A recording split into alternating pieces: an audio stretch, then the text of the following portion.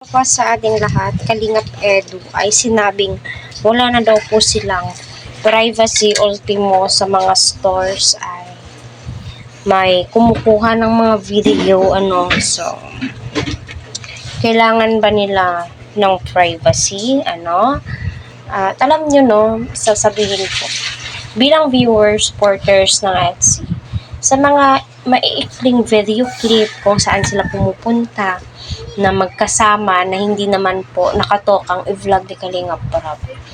Yung tipong nagdi-date po sila. Para sa akin, napakasaya ko dahil napoproof ko sa sarili ko na totoo yung mga nararamdaman ni Kalingap Edu para kay Fiancé, di ba? Isa po yung nagpapatunay na getting to know each other po sila, di ba? At bago po ang lahat, ako po lubos na nagpapasalamat sa lahat ng Team Etsy na naka-tune in, nagbibigay po ng likes, nagko-comment, nagsusubscribe sa aking channel. Ipagpalain po kayo ng Panginoon. Patuloy po natin supportahan syempre si Kuya Val, Kalingap Prab, Kalingap Eds, Ate Edna, Ma'am Jack, at si Dr. Love. Wag po natin i-skip ang kanilang ads para sa ganun marami pa po silang matulungan.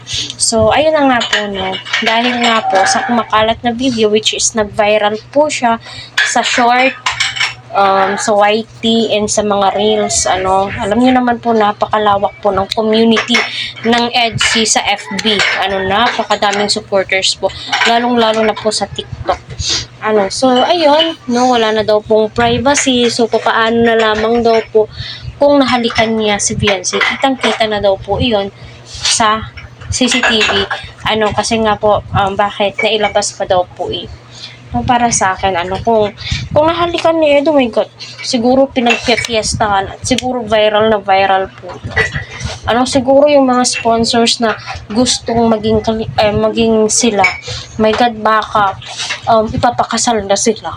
Yung ganung yung tipong itatali na po talaga sila sa isa't isa. Diba?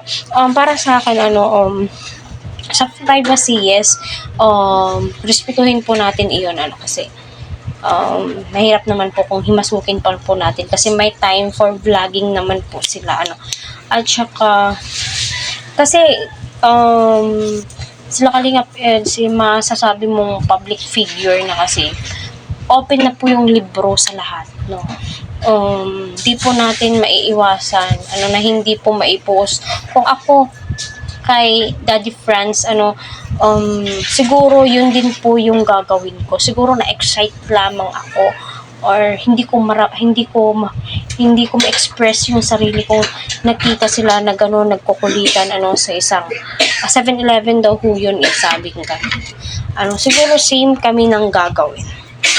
Kahit na magalit si Kalingap Edu, pasensya na, kasi nga alam nyo, may mga fans na nag-aabang. May fans na nag-aabang kasi, ayun na nga po, pumutok yung balita. Ika nga po nila na si Kalingap Eds ay nanliligaw na kay Fiancé. So, alam naman po natin lahat na wala pong hadlang sa pagniligaw ni Kalingap Edu kay Fiancé dahil nga po, gusto naman din po siya ng parents ni Fiancé. And as of now, yan, kinikilala po nila yung bawat isa, kung ano po yung mga kwan nila, pero sa akin, Eds, wala kang dapat na ikagalit or humingi ka ng privacy kasi part din po yun ng bilang pagiging fans siguro ni Daddy Franz, diba? So, para sa akin lang po, opinion ko lamang po yun. Kung disagree po kayo, it's up to you, diba?